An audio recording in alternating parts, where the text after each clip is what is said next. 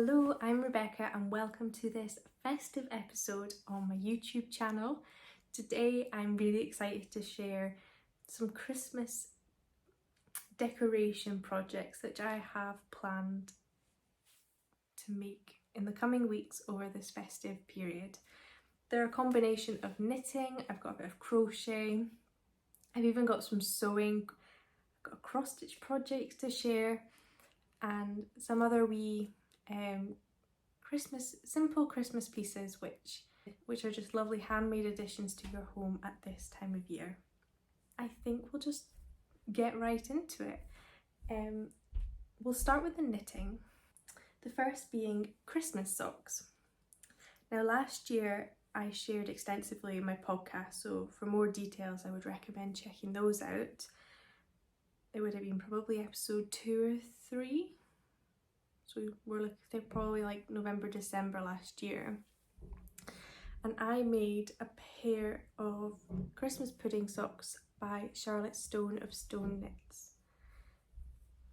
I absolutely loved working on these. They were my first pair of colourwork socks. And I'm so excited to wear these again this year. I literally just got them out of the Christmas box. So these were my pair last year. And I really liked the idea of every year working on a pair of Christmas themed socks and adding to the collection. So this year's pair I haven't yet shared in a podcast, but as a bit of a spoiler, these are this year's pair. These are just a vanilla sock, 2x2 ribbed cuff. I use a 64 stitch count on a 2.25mm needle, and I knit my socks magic loop. I've tried to use small inch circulars, but I find them really difficult. I think I don't have enough stitches on the needle for it to knit quite smoothly. I feel like I'm constantly pulling the fabric from the left round. I like to have my stitches quite close together, which I feel like I can do on magic loop. So I'm still working and I've still not ruled out using 9-inch circular needles because I can totally see the advantage of just going round and round rather than constantly having to pull through the cable. But for now, yeah, I'm a magic loop girl. So this yarn is the West Yorkshire Spinners Christmas yarn in the shade Gingerbread. I think they brought this out 2 or 3 years ago, and I love that it's self-striping. It was such a relaxing, mindless knit. I would knit on these on my commute to work, just travelling in the car. It was perfect for that. So they're not as exciting as my colourwork ones last year, but they served a purpose this year. And the contrast toe, which is a wedge toe, I just did a simple wedge toe, and an afterthought heel, is Filcolana Arwetta, and I'm not sure what the shade is. It's a really nice light heathered grey, but I'm sure it's a number rather than a name, so I'll pop it down in the description box along with everything else I talk about today. But that is this year's Christmas socks, and I really like the idea of building on this each year, so I thought that was worth sharing. The next item I have, which you could also wear, is a December bow. These are really popular, and I'm sure most of you are aware of the December bow by Petite Knit, but I really wanted to share it. I've added a new one to my collection for this Christmas and I think they're perfect. So I actually have 2. The first one I made last October, November time in a really nice naturally dyed green from Burford Yarns. I think they're based in Lothian in Scotland. And I added a hair clip, and I've worn this quite a lot. But this is kind of my all year round December bow. And I've just finished, again ahead of the podcast, but I'm too excited not to share, is my Christmas December bow. Here she is in all her glory, and again I have added a clip so I can wear it in my hair. So this is some yarn which I had in my stash. If you watched my last video, it was my stash tour, and I had some 4-ply fingering weight yarn. So, and it was in this really quite vibrant red, which I wasn't actually sure what else I would use it for. And there was a fair bit left because I actually got it for the red in this colour work, and I obviously didn't use much of it. So I decided to hold it double. So it's given this really dense squidgy fabric, and I think that it was a Lang yarn. Again, I'm not sure, but I'll pop it down below. And it just came out really dense, really squidgy and lovely, and far slightly larger actually than my previous one. Again, I've added a hair clip to it. My intention was to make another one to wear in my hair, and I think that will be what I do at very Christmassy events that I attend, or visiting Christmas markets. It'll just be the ultimate Christmas accessory. But I've also been hanging it. I have yet to put my Christmas tree up. It's going up on the 1st of December, but in the meantime I have got a few of my homemade decorations slowly starting to emerge, and I'll add in some b-roll, but I've actually made some garlands and added this bow hanging in the centre of it, and I think it's really nice. I just clip it on a piece of ribbon and it'll just stay there, and when I want to go out and wear it, I'll take off the ribbon and pop it in my hair. So I'm trying to get as much use out of it throughout the festive period rather than just keeping it for a hair accessory. So that's the December bow. I should mention that this takes DK weight yarn, but I think you could absolutely do it in any weight. It will just change how big they come out. I would love to do 2 small ones in fingering weight and have them as 2 little clips to wear in my hair rather than the one large one. You could do an absolutely giant bow, some chunky yarn. I mean, the options are endless, but the pattern recommends DK weight. This is probably more on the worsted side. I love it. And at the time of filming, it is £4.11 on Ravelry. They'd be great on presents as well. So, a few more knitted things. I have some tree ornaments. I think these will just start to accumulate again over the years, much like the socks. But for this year, I have 4 decorations to share with you. The first being another petite knit pattern, but these are her new pattern, which I think only came out a week ago. And it's a free pattern on Ravelry or off the Petite Knit website. And these are the Christmas caramels. And they are so sweet. They're perfect for scrap yarns, and that's exactly what I used. So this was my first one. The white is a Longeveck Anna double merino, and then the stripes are a Longeveck Anna merino and silk mohair held together in the shade Jade. So it's got this really nice like fuzzy halo on it, which I really like. And then I just finished off the edges and used it for the tie with some leftover yarn from my Christmas pudding socks. So trying to get the most out of my scraps. And I just stuffed it with just yarn ends. So I always keep my ends when I snip my yarns after weaving them in a jar, and I just use that to stuff these decorations. I use them for my amigurumis as well, so really pleased with that. And my second one again is a Longeveck Anna double merino, is the white, and then the green stripes, the bottle green, is Knitting for Olive merino and soft silk mohair held together. So I'm really chuffed with these. I can see myself making quite a few. They're really simple to make, completely beginner friendly. It's a free pattern, so I feel okay talking about it, but you cast on, you knit a few rounds, then you decrease to cinch in, then you immediately increase back to the original number, knit your tube with the stripes, decrease again, immediately increase, and then finish off the other end. So they're so simple, and they took maybe an hour each to make, so really quick and really affordable.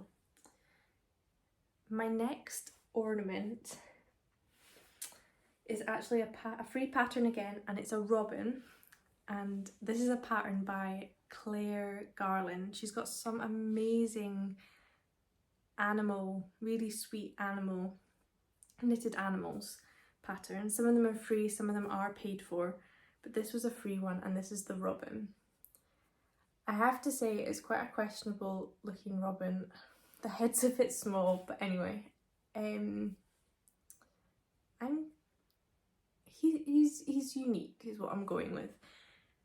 So this pattern you knit flat and then it's seamed up, and then the orange is just for his chest is just stitched on. So the brown I used is Knitting for Olive Heavy Merino in the shade Hazel. It's actually left over from what I'm wearing, which I should have mentioned at the start, but this is my field sweater by Camilla Vad. And again, I shared all about this in my first podcast episode, I think episode 1. So that's where you'll find out all about it. So this is the robin, a sweet wee pattern, and again I stuffed this with just yarn scraps and ends, which I collect in a jar. My third pattern, which I want to mention, I haven't actually got around to working on yet. It's the next one on my list, but it is a hat ornament. I'll add a photo in here. It's the Wild Christmas Hat. This is a pattern by Maria of Wild Knits Glasgow. She released this last November, December time, and it's just beautiful. It's the perfect little hat, and you can also embroider names onto them. She's got a couple of samples with names, which would make the perfect name tag on your Christmas table, or to go on presents, or just as an ornament to go on the tree. So my plan is to make that. This pattern is £2.50 on Ravelry. I think you can also get it off Maria's website, Wild Knits Glasgow. And it takes DK weight yarn and about 25 metres of DK weight yarn, which is a perfect scrap buster, and I can see myself making quite a few of these. So my final ornament, I actually have on a garland right now. I'm undecided whether to have them as decorations on the tree or to keep them as a garland. But I have crocheted some little stockings. They're a bit uneven at the moment. Let me sort this out. I've crocheted some stockings. The original plan for these was to make 24 and it'd be an advent calendar. Ode at Bubbles and Berries did Vlogmas last year, and in one of her episodes, it must have been one of the earlier ones, she shared the advent calendar she'd made for her husband, and it was based off this pattern. So that was the inspiration that I would also make an advent calendar using the same pattern. It's a free pattern. I'll link it down below. It's on a website or a blog, and there's 4 variations of stockings. I've just stuck with the one variation. I think it's the first one that's described, and it's really simple. I think if you're new to crochet, this is the Christmas pattern for you. You start at the toe, working round, and then this heel is knit as quite a wide rectangle, and you fold it and sew it, which changes the direction of your work. And I really like these. I don't see myself getting round to knitting the 24. I've only got 6, so I might just keep them as a garland, and every year aim to add a few more, and eventually it'll become 24. The yarn is King Craig yarn, which I don't think is particularly well known, but it is fab yarn. It is 100% Scottish lamb's wool. It smells quite sheepy and it is more on the rustic side, I would say, but it's great and it's so affordable. I think 100 grams of DK, which is what I used for this, is £6 for 100% lamb's wool. It's milled, I think, in Shetland by JC Rennie. So yeah, it's great. I love it. I would totally knit a garment out of it. So the greenish colour is called asparagus. The red is auburn, I think, and the grey, pale grey, is clay. So that is my final ornament type thing. It's a bit short at the moment for a garland, but maybe a few more will be added. What else to mention? Another project which I think would make a really nice Christmas decoration, a nice accessory for your home during the festive season, is a Maxine hot water bottle cover. Again, another really well-known pattern. This is by Laura Penrose. It's a hot water bottle cover which takes DK weight yarn. It's a great scrap buster. A lot of these projects I've mentioned are really good scrap busters, and this is no exception. I made one as a gift last year for my Nana Irene and it went down really well. So I suppose it could be a gift knit, but I would love to make one in quite festive colours and have it as a hot water bottle colour that I change out from the one I use all year round and just have during the festive season. So some real like deep greens and reds, like proper traditional Christmas colours. I'll add in a photo of the one I knit last year. This was in a blue, grey was the main colour, and then a blue and a white contrast. You can do it in a six colour variation or a 3. I knit the 3 and I can see myself knitting the 3 for my Christmas version again. So I think that's the final knitted decor plan I have to share with you. This year I am doing another advent calendar from Toft, which is a British crochet brand. So last year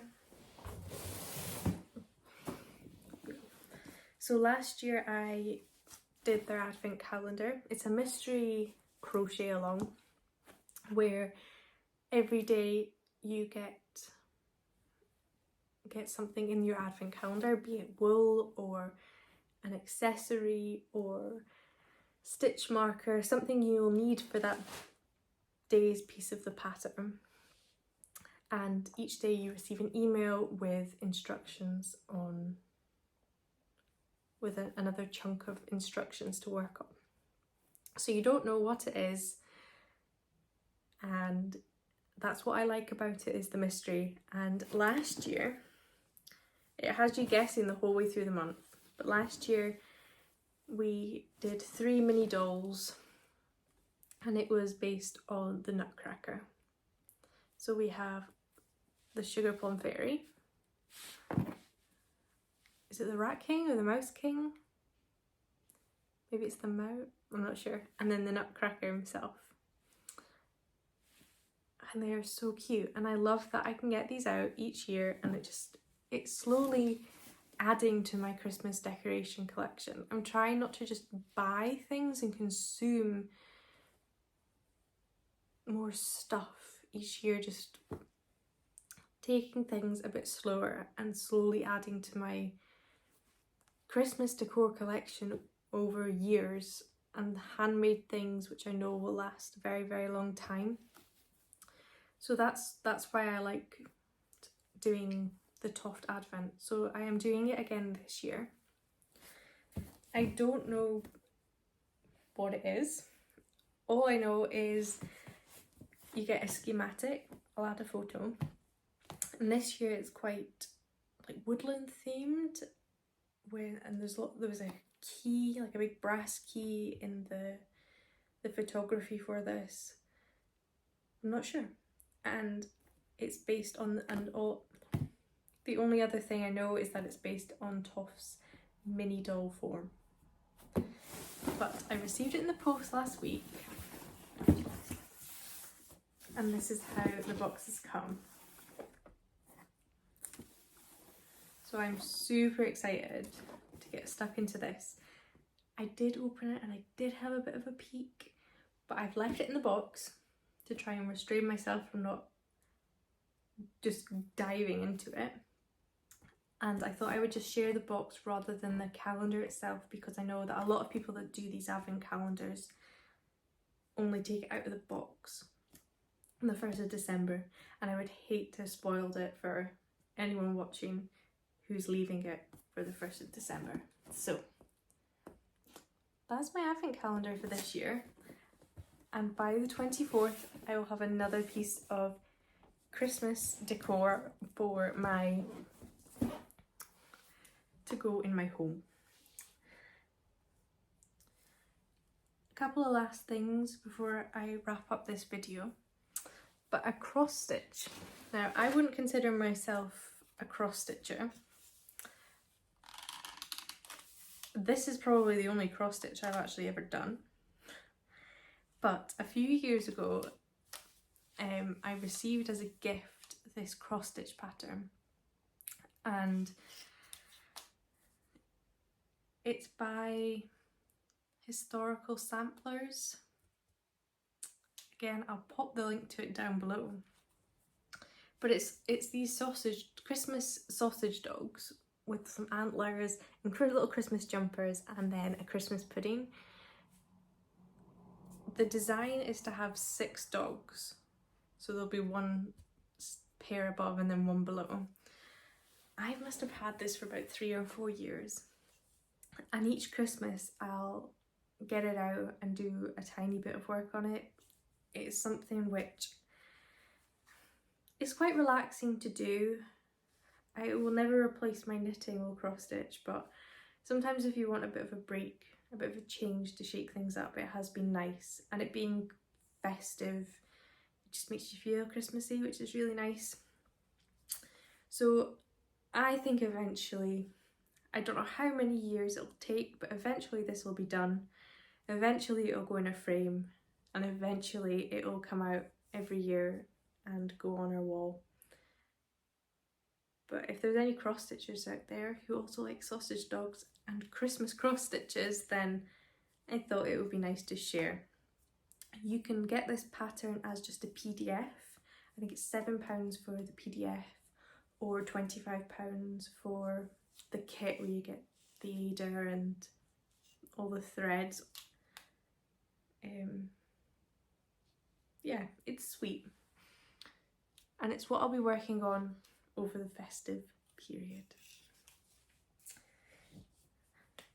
I'm also planning to make some bunting.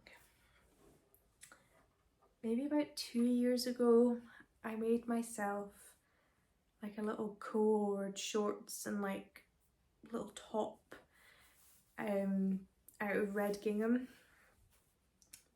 It no longer fits me, and it's no longer my style or what I would wear.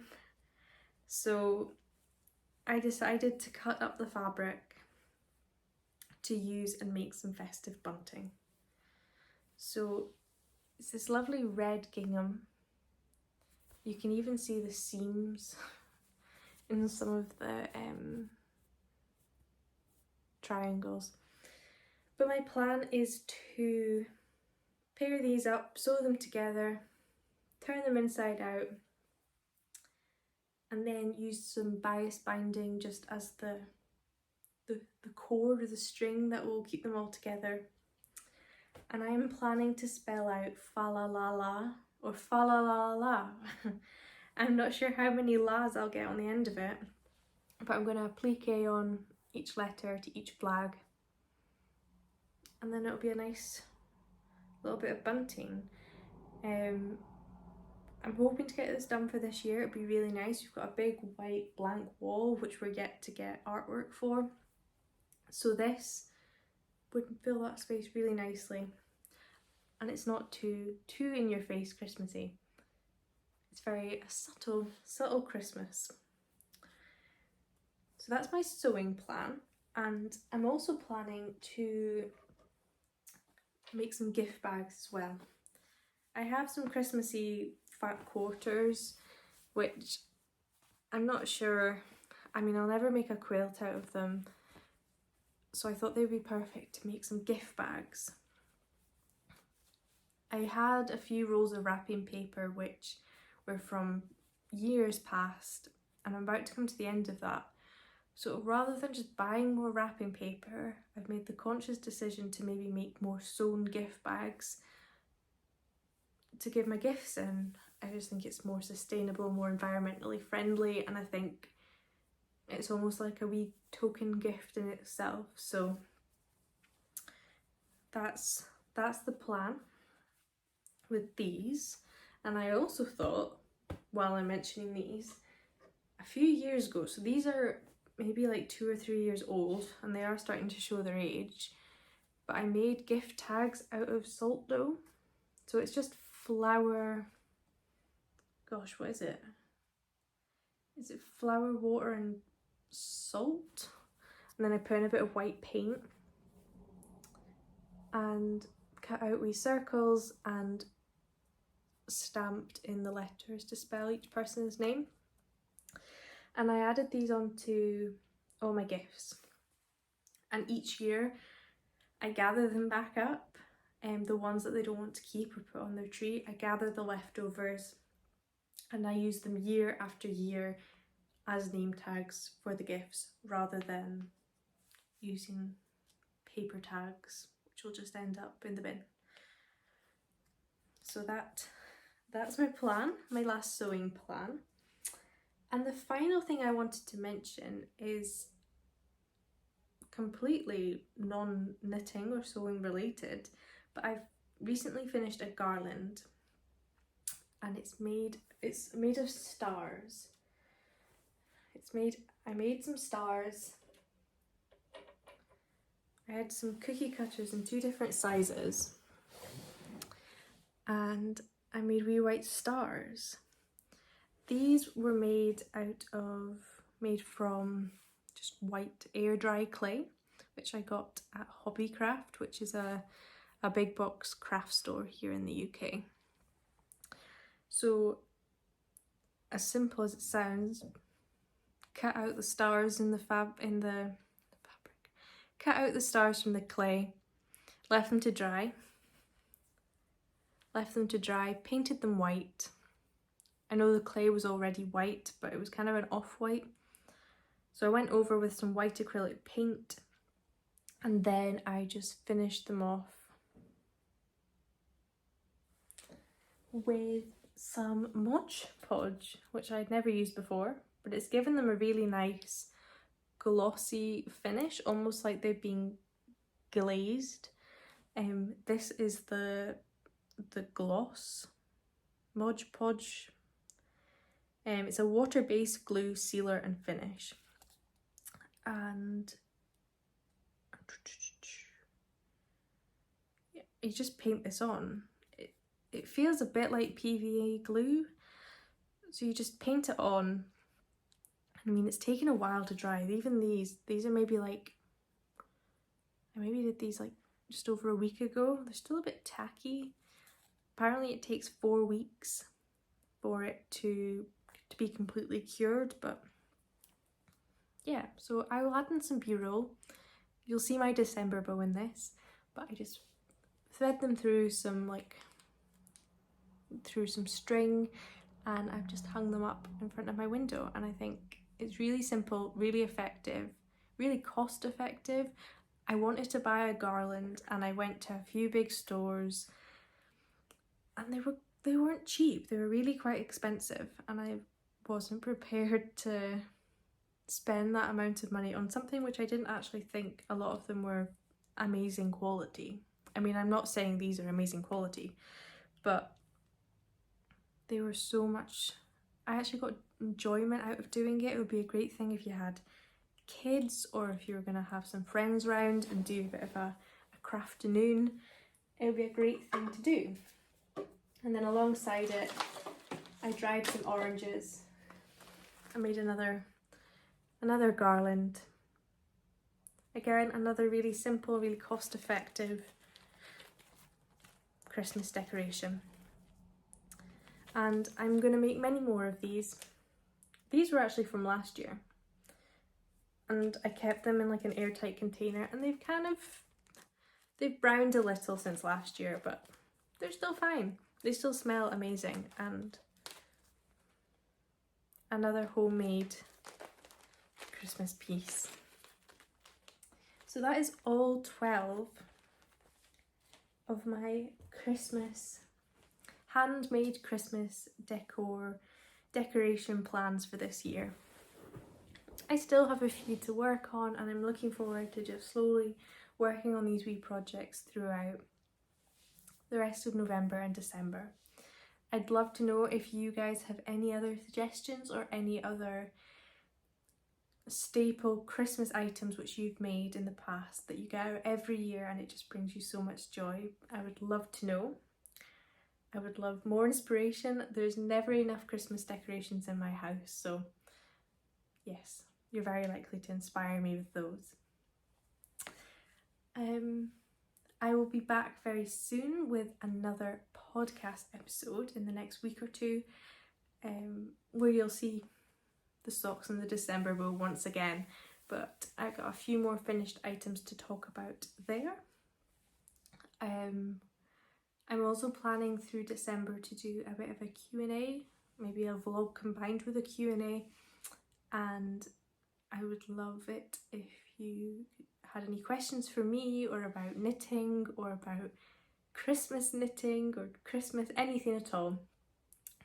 I've said you can ask me in the comments below, or I have also set up a Google form, which I will leave the QR code to here if you're watching on your telly. It will also be down below. I know that not everybody wants to leave a public comment. Some people want their questions to be anonymous, and that is completely fine. So you can ask away on the Google form and it's completely anonymous. So thank you for joining me in this festive little video, and until next time, happy knitting. Bye.